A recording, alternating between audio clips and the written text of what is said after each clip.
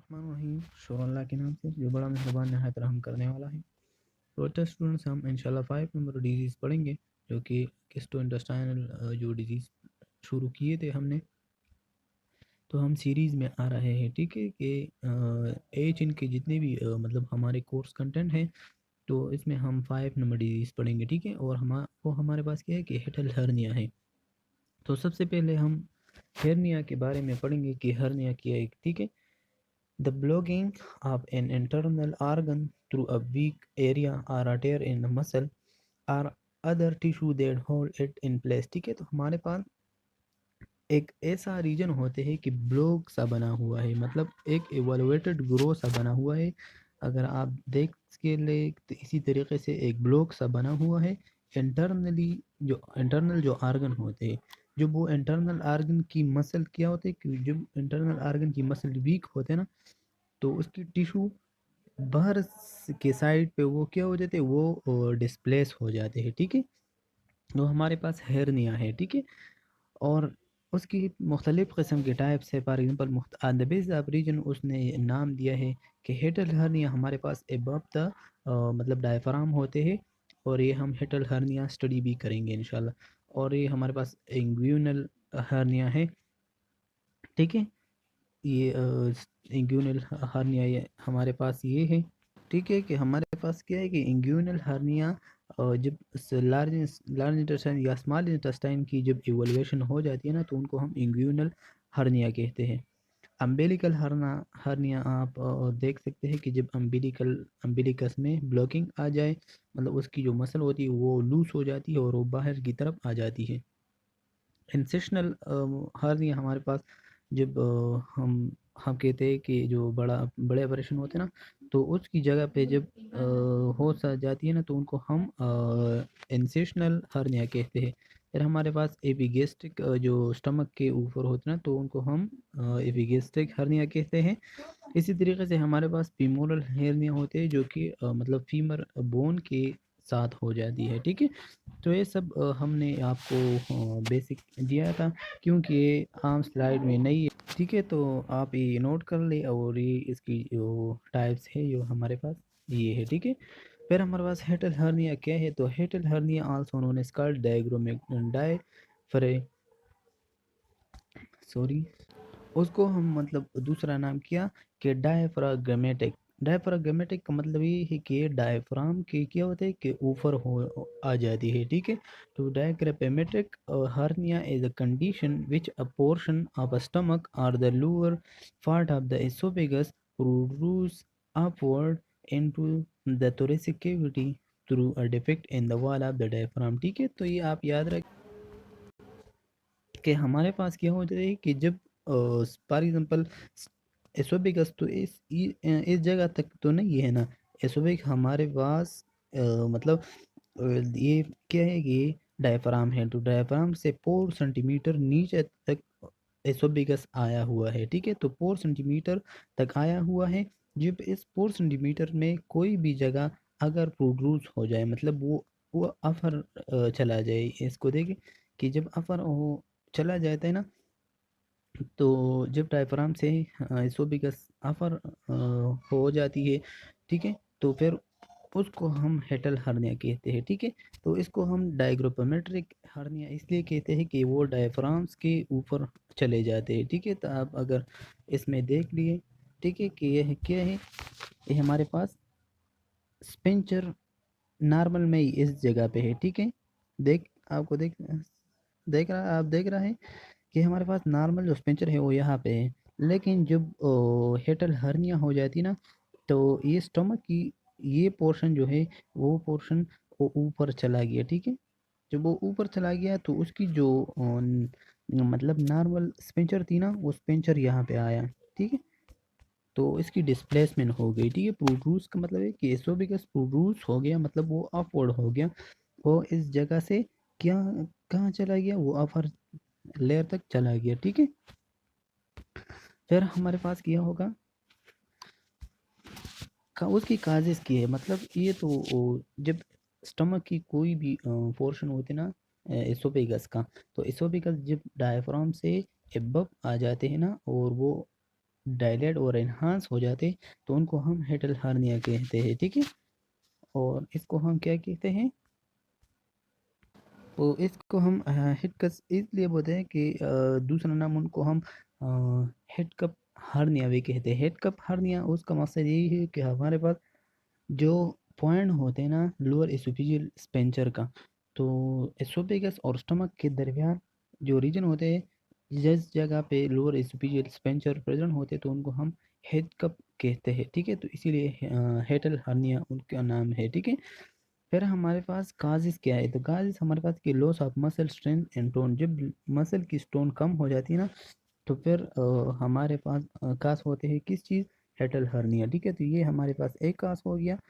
दूसरा नंबर जो है हमारा factor that cause increase intra abdominal pressure cause in obesity है मल्टीपल प्रेगनेंसी। तो हमने पहले बताया कि मल्टीपल प्रेगनेंसी और इसी तरीके से जो इंट्रा एब्डोमिनल में जब प्रेशर आ जाती है, जब प्रेशर आ जाती है तो वो प्रेशर किस जगह पे पड़ेगा, वो स्टमक पे पड़ेगा। तो जब स्टमक पे पड़ेगा तो स्टमक पुश करेगा एसोफेगस और डायफ्राम के ऊपर साइड पे भी, थोरेसिक साइड पे वो अपर करेगा, ठीक है। वो ऊपर हो लेके जाते हैं तो उनको हम, उसका मेन काज क्या है कि ये इंट्रा अब्डोमिनल प्रेशर जब ज़्यादा हो जाते हैं ना तो हमारी जो एसोफेगस का 4 सेंटीमीटर रीजन डायफ्राम के नीचे था ना, तो वो 4 सेंटीमीटर नीचे का जो रीजन है वो डायफ्राम से अपर थोरेसिक कैविटी में चला जाता है, ठीक है। तो फिर उनको हम नाम देते हैं किस चीज़ की, हेटल हर्निया। एक कंजेंटल डिफेक्ट होते हैं, कंजेंटल डिफेक्ट का मतलब यही है कि ये बाय बर्थ भी हो सकती है, ठीक है। वो ट्रामा की वजह से भी हो सकती है, मतलब कोई भी अगर एक इंसान को कोई ड्रामा हो गया और कोई मतलब प्रेशर वगैरह उसकी स्टमक पे आ गया तो इसकी वजह से भी हो सकता है। फिर हमारा increase pressure within the abdomen cause by, अगर कोई भी एब्डोमेन पे ज़्यादा मतलब प्रेशर डालता है, फॉर एग्जांपल हैवी लिफ्टिंग कराते हैं या बेंडिंग और कराते हैं, मतलब अपने आप को ज़्यादा बेंड कराते हैं या कोई भी वजनदार चीज़ को उठाते हैं, ठीक है। तो फिर इसकी वजह से भी हेरनिया हो सकता है। और उमटिंग की वजह से हो सकती है, क्योंकि उमटिंग के साथ ये जो स्टमक है और एसोफेगस से बहुत ज़्यादा क्या है कि वो एक रिफ्लेक्स शो करता है, जब वो ज़्यादा रिफ्लेक्स एक इंसान को शो हुआ होता है तो फिर इसकी वजह से हमारी जो हेटल हर्निया वो हो सकती है, ठीक है। फिर हमारे पास स्ट्रेंगिंग विद कंस्टिपेशन, अगर एक बंदे को कंस्टिपेशन हो गया तो जब कंस्टिपेशन हो गया ना तो उसकी वजह से मतलब एक इंसान जब डिफिकेशन के लिए जाते हैं तो वो बहुत ज़्यादा जोर लगाते हैं, तो उस जोर की वजह से भी हमारे पास हेटल हर्निया हो सकता है, ठीक है।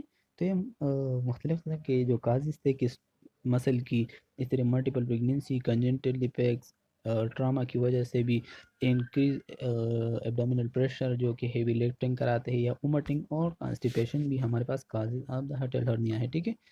फिर उसकी जो साइन सिम्टम है वो हमारे पास मैनिफेस्टेशन क्या क्या है, ठीक है। तो मैनिफेस्टेशन में सबसे पहले चेस्ट पेन आते हैं, अगर एक पर्सन को चेस्ट पेन हो गया, ठीक है, तो चेस्ट पेन की वजह से क्या होगा, मतलब अगर एक पर्सन को चेस्ट पेन है तो उसका हमें ये डायग्नोस निकाल सकते हैं, इस साइन सिम ये साइन होती है, सॉरी जो पेन होते हैं ना, पेन हमारे पास सब्जेक्टिव डाटा होता है, जब सब्जेक्टिव डाटा है तो ये हमारे पास सिम्टम है, ठीक है। तो इस सिम्टम से हमें ये शो हो रहा है कि इसके अंदर क्या है कि कोई हेर्निया वगैरह काज हुआ है, ठीक है।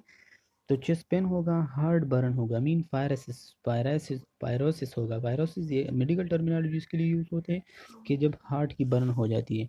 इनडाइजेशन या ब्लेंचिंग ब्लेंचिंग होती है, मतलब कोई भी डिस्पेप्सिया हो जाती है ना, डिस्पेप्सिया इसके लिए हम वर्ड यूज़ करते हैं कि कोई भी सही तरीके से मतलब फूड क्या कि फूड सही तरीके से वो स्वाल नहीं कराता हो तो उनको हम इनडाइजेशन भी कहते हैं, ठीक है। हेज कप उसको आता हो फ्रिक्वेंटली, ठीक है, तो वो भी साइनस सिम्टम है, ठीक है। फिर हमारे पास गेस्ट्रिक रिफ्लेक्स कोई किसी बंदे को आता हो तो ये भी हमारे पास साइन सिम्टम होते हैं, ठीक है। फिर इसकी वजह से अगर उसको सिस्टर्नल पेन, सिस्टर्नल या एपिगेस्ट्रिक पेन हो तो वो भी हमारे पास किसकी बड़ी अलामत है, और हमारे पास हेटल हार्निया के। फीलिंग प्रेशर आफ्टर ईटिंग, अगर एक पर्सन ऐसा हो कि वो जब ईटिंग के बाद वो अपने आप को मतलब ऐसा फील कराने हो कि प्रेशर पील करा रहा है और तो उनको उनका भी कोई क्या मकसद है, हेटल हार्निया हो सकती है। ये हमारे पास साइनस सिम्टम शो होते हैं। रिजर्जुटेशन हमारे पास आप hot source liquid coming into the throat and mouth, ठीक है। रिजर्जुटेशन हमारे पास वो टर्म्स है जो कि है जब एक पर्सन की या तो माउथ स्टमक से माउथ तक कोई हार्ड पानी या इसी तरीके से कोई लिक्विड वगैरह या माउथ में कोई भी थ्रो फूड कंटेंट वगैरह जब आ जाते हैं ना माउथ तक, तो उनको हम रिजर्जुटेशन कहते हैं। सब समझ गया। फिर हमारे पास नाइट टाइम कफिंग दे में अवेकन द पेशेंट, ठीक है। तो फिर क्या होगा कि ज़्यादा जब एक पर्सन को नाइट टाइम में कफिंग होगा ना, तो उसका भी ये हिटल हार्निया हो सकती है, मतलब चेस्ट पेन हो सकती है, हार्ट बर्न हो सकती है, इंजेक्शन हो सकती है, हेज कप हो सकती है, गैस्ट्रिक रिफ्लेक्स हो सकती है, कोई भी गैस्ट्रिक या एपी मतलब सिस्टर्नल पेन भी हो सकती है, feeling of pressure after eating, या कोई भी माउथ में फूड वगैरह कंटेंट या एसिडिटी वगैरह जब माउथ में आ जाती है, हॉट वाटर, ठीक है। और नाइट टाइम के हिचकप, ये हमारे सब क्या है, हमारे पास मैनिफेस्टेशन है। फिर हमारे पास फिजियोलॉजी क्या है, फिजियोलॉजी हमारे पास normally the esophagus are put tube pass down through the chest, ठीक है। तो नॉर्मली ये एक पुट पाइप होते हैं जो कि चेस्ट से पास हो जाती है, ठीक है। फिर हमारे पास एक क्रॉस क्रॉस द डायफ्राम, और वो डायफ्राम को क्रॉस करते हैं, ठीक है। ये इसी तरीके से मैं आपको एक रफ डायग्राम देता हूँ कि ये हमारे पास क्या है कि एसोफेगस आया है, और इसी वजह इस ये हमारे पास डायफ्राम है, ठीक है। और ये हमारे पास क्या है कि हमारे पास किडनी है, ठीक है। तो इसी वजह से ये बता रही है कि नॉर्मली एसोफेगस फूड होते हैं ना, ठीक है, pass down to the thoracic through the chest, ठीक है। तो वो चेस्ट के मतलब फास्ट होते हैं क्रॉस द डायफ्राम, और डायफ्राम को क्रॉस किया उसने, and enter to the abdominal through the hole called oesophageal hiatal, ठीक है। तो हेटस, ठीक है, हमने पहले भी बताया कि इस ओपनिंग को हम क्या हेटस कहते हैं, इसीलिए उसको बताती है जो ओपनिंग ऑफ द डायफ्राम को हम हेटस कहते हैं। ये आप याद रखें इस चीज़ के लिए, ठीक है। Just below the diaphragm and oesophagus join the stomach, ठीक है। फिर थोड़ी सी नीचे ला के फिर स्टमक को उसने क्या हुआ है कि उसने अटकाने किया हुआ है, समझ गया। फिर हमारा in individual with hiatal hernia the opening of the esophageal hiatal opening is larger than normal, ठीक है।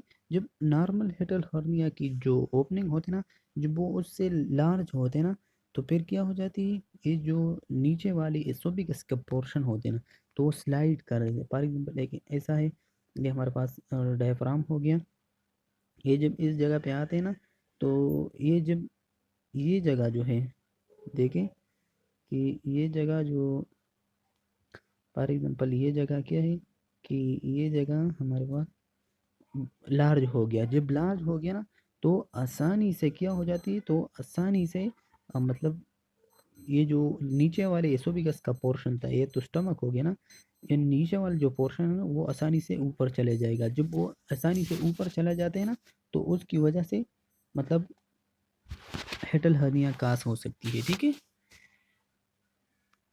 In a portion of a stomach of the stomach slip off or pass through the hiatus and enter to the chest, समझ गए ना कि वो मतलब set हेटस को cross करते हैं। हेटस किया है कि वो ओपनिंग है जो इसोफेगस का ओपनिंग होती है एब्डोमिनल में। ये आप देख लें कि ये हमारे पास फिर टू टाइप्स का हेटल हार्निया होती है। ये तो नॉर्मल हो गया, ठीक है, ये नॉर्मल स्टमक है। लेकिन जब वो टू टाइप्स के है, एक स्लाइडिंग हेटल हार्निया है, और एक हमारे पास फेरा फेरा फेरा इसोफिजियल हेटल हर्निया है। फेरा इसोफिजियल हेटल हर्निया, ठीक है, जो रोलिंग होते हैं, मतलब देखे कि जब small portion of the stomach क्या है कि वो अफर चले जाते हैं, ठीक है। ये हमारे पास ये कि डायफ्राम है, समझ गए ना। और जो दूसरा है वो पैरा इसोफिजियल हेटल हर्निया है, जो रोलिंग सा होते हैं, जो स्टमक की कोई पोर्शन वो चला जाते हैं अपवर्ड, ठीक है, समझ गया। तो 2 टाइप्स का है, ये आप याद रखिए। फिर हम डायग्नोसिस प्रोसेस करते हैं, तो डायग्नोसिस प्रोसेस में हम हिस्ट्री देते हैं पेशेंट की, और फिर उसके लिए एक सीरीज़ आप बेरिबलम मतलब बेरियम सॉलो करते, तो बेरियम सॉलो एक ऐसा सोल्यूशन सब्सटेंसेस है जो कि हम डालते हैं एक जगह पे, और मतलब अंदर एसोफेगस में वो डालते हैं, और फिर उसकी जगह की हम एक्सरे लेते हैं, तो आसानी से पता चलता है कि इसमें कौन सी मतलब ब्लॉकेज वगैरह है या क्या चीज़ है, ठीक है। फिर हम एक्सरे यूज़ करेंगे, सीटी स्कैन, एमआरआई, इसी तरीके से एंडोस्कोपी, बेरियम, इस सब चीज़ों पे हम क्या कर लेते हैं और डायग्नोसिस प्रोसेस कर लेते हैं। फिर हमारे पास मेडिकल मैनेजमेंट है, तो मेडिकल मैनेजमेंट में हम उसकी वेट को रिडक्शन कराते हैं, उसकी जो वेट होते हैं ना तो उसको रिड्यूस करते हैं, इसीलिए कि उसकी स्टमक पे प्रेशर ना पड़े। Avoidance of टाइटिंग fitting cloth around the abdomen, तो एब्डोमेन के इर्द गिर्द को टाइट कपड़े पहनने से हम उनको अवॉइड करेंगे। एडमिनिस्ट्रेशन ऑफ एंटी एसिडिक भी देंगे, ठीक है। और फिर H2 रिसेप्टर एंटी एंटागोनिस्टिक भी देने। H2 रिसेप्टर एंटी एंटागोनिस्टिक इसीलिए देना है ताकि उसकी जो गेस्ट मतलब जो एसिडिक प्रोडक्शन होते हैं ना तो वो डिक्रीज हो जाए, ताकि आपकी अपर एसोफेगस वगैरह ये डैमेज ना करे, ठीक है। और पीपीआई भी देना, प्रोटॉन पंप इनहिबिटर, ये भी हमारे पास जब गैस्ट्रिक सिक्रीशन को स्टॉप करना होता है ना तो ये हम proton pump inhibitor as a medication देते हैं ताकि गैस्ट्रिक सिक्रीशन ज़्यादा ना हो। फिर हम evaluating the headache of the bed, bed की हेडेक को लाजिम आपने क्या करना है कि अफर रखना है, क्योंकि ये जब आपकी हेड ऊपर होते हैं तो आपकी स्टमक की जो पोजीशन है वो नीचे हो जाती है, इसीलिए ज़्यादा प्रेशर स्टमक पे ना पड़ती है, ठीक है। Instructing the patient not to eat within 3 hour of going, अगर एक पर्सन ऐसा हो कि वो बेड मतलब सोता हो तो सोने से कम से कम 3 आवर्स पहले कोई भी ना खाए, ठीक है। Limiting an intake of alcohol, chocolate, caffeine and fatty acid and avoiding smoking, ठीक है। तो ये सब चीज़ें अवॉइड करना है, ठीक है। फिर हमारे पास सर्जिकल कोरिलेशन है, आप हेटल हर्निया ब्लीडिंग और discomfort can not B control, ठीक है। अगर एक हेटल हर्निया ऐसा हो कि उससे मुख्तलिफ किस्म की ब्लीडिंग वगैरह हो या डिस्कम्फर्टेबिलिटी बहुत ज़्यादा पेशेंट को हो, तो उसके लिए हम सर्जिकल कोरिलेशन कराते हैं, ठीक है। और फिर उसको मतलब एक सर्जरी कराते हैं और उस जगह को रिमूव करते हैं, और फिर वो दोबारा क्या कर लेते हैं कि उसको मतलब क्या करते हैं कि क्लोज कराते हैं। इनक्रेंचिंग द लोअर एसोफेजियल स्पेंचर बाय ओवरैपिंग, ओवरैपिंग का मतलब ये है कि क्या हो सकते हैं कि इस जगह को घेर लेते हैं, ठीक है। जो एसोफेगस होते हैं ना तो उसको घेर लेते हैं, इसी तरीके से टाइटली घेर लेते हैं और फिर उसको मतलब टक वगैरह ये चीज़ों से हम क्लोज करते हैं। Portion of the stomach around it is anchorage in the place, ठीक है। तो ये आपने देखा कि ये क्या कि एंकरेज सा हुआ था, ठीक है।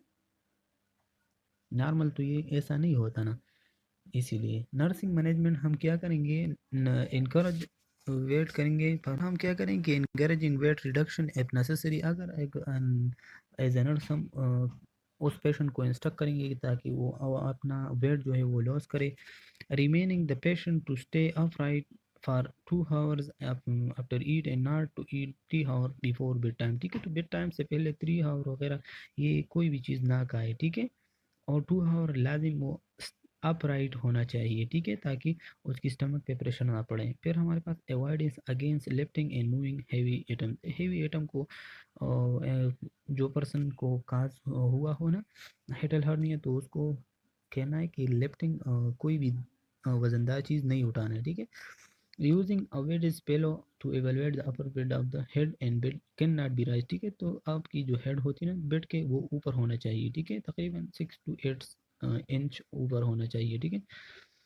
encouraging the patient to take prescription of medication H2 receptor antagonistic PPI at bedtime to prevent reflux and damage to acidic entering to the esophagus, ठीक है। तो ये सब मेडिकेशन आपको देना है इसीलिए ताकि जब वो सोते हैं ना तो बेड टाइम इसीलिए देना है ताकि रिफ्लेक्स को मतलब क्या करे प्रिवेंट किया जाए, ताकि उसकी जो एसोफेगस की लाइन होते हैं ना तो उसको डैमेज होने से बचाएं। Advising the patient avoid food and that cause bloating, that which increase abdominal pressure and may push the stomach upright. ठीक है, तो क्या करना है कि इसी तरीके से उनको ये अवॉइडेंस करना है कि कोई भी ऐसा हेवी फूड ना खाए, ठीक है, जब वो सोते हैं, क्योंकि वो स्टमक पे क्या प्रेशर पड़ता है, ठीक है।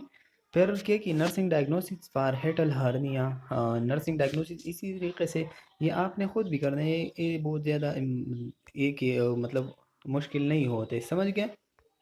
देखिए, हमारे पास रिस्क पर एस्पिरेशन, एस्पिरेशन की रिस्क इसीलिए होते हैं ताकि जब आपकी लोअर एसोफेजियल स्फिंक्टर कंट्रोल में ना हो, तो वो जो फूड कंटेंट होते हैं वो आपकी वाइंड पेप में चलने की खतरा होती है, इसीलिए उसको मतलब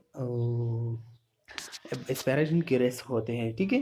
फिर क्या करना है कि एक्यूट पेन इसीलिए होते हैं ताकि एसोफेजियल स्फिंक्टर की जो है वो इन्फ्लेमेशन होती है, इसीलिए, ठीक है। फिर ये है कि इम्बेलेंस न्यूट्रिशन इसीलिए कि वो जब उस पैर में होते हैं, मतलब न्यूट्रिशन उसकी बॉडी में इसलिए कम हो जाती है ताकि उसको ये होप होती है कि हम जब हेवी मतलब खाते हैं तो वो हमें डिस्कम्फर्टेबिलिटी काज करते हैं। एनजाइटी उसके लिए उस उसी वजह से हो सकती है ताकि मतलब उसको ये होप होती है, मतलब हमें क्या होगा, और इसी तरीके से गैस्ट्रोइसोफेजियल रिफ्लक्स डिजीज़ होगी, और मुख्तलिफ़ किस्म की क्या कि फ़ाल्स बिलीफ वो अपने जहन में रखते हैं, ठीक है। इसीलिए उसको एनजाइटी होते हैं, और एनजाइटी वो अपने आने वाले दिनों फ्यूचर के लिए वो एनजाइटी में चला जाता है, ठीक है। Risk for ineffective coping related to chronic, ineffective coping वो इसलिए करा देते हैं कि ताकि वो क्रोनिक डिजीज़ हो जाती है ना, तो फिर वो अपने हेल्थ की और इसी तरह की अपनी हेल्थ या डिजीज़ की मैनेजमेंट में वो इफेक्टिव नहीं हो ना होते, ठीक है। तो ये आप खुद पढ़े, कोई इसमें कोई मुश्किल मुश्किल ना हो, ठीक है। आप ये किस फॉर्मेट में, फी एस फॉर्मेट हम हर वीडियो में आपको बताते हैं कि ये प्रॉब्लम एथियोलॉजी साइन सिम्टम के बेस पे हम डायग्नोसिस बनाते हैं। For example ineffective self health management, तो ये हमारे पास प्रॉब्लम हो गया कि वो अपना हेल्थ जो है वो मैनेज नहीं करता, ये प्रॉब्लम है पेशेंट को। तो related to lack of knowledge, क्योंकि खास उसकी जो वो अपना हेल्थ जो मेंटेन नहीं कराते उसकी वजह यही है कि उसको नॉलेज नहीं है, ठीक है। तो ये हमारे पास काज हो गया। And disease process and treatment option, उसको ट्रीटमेंट ये चीज़ों की ऑप्शन मौजूद नहीं है, तो उसी वजह से वो मतलब ये इस चीज़ में मुबतला है, ठीक है। तो ये आप खुद पढ़े, कोई मुश्किल ना है नहीं है, ठीक है। खुदा हाफिज़, अपना ख्याल रखिए। इंशाल्लाह इसी तरीके से हम सीरीज़ में डिजीज़ को अपलोड होने जा रहे हैं, ठीक है। तो आप अगर केमी नर्सिंग लेक्चर अहमद पे नहीं हो तो सब्सक्राइब कीजिए और लाइक कीजिए, हमारे लिए मोटिवेशन होती है। खुदा हाफिज़, अपना ख्याल रखिए।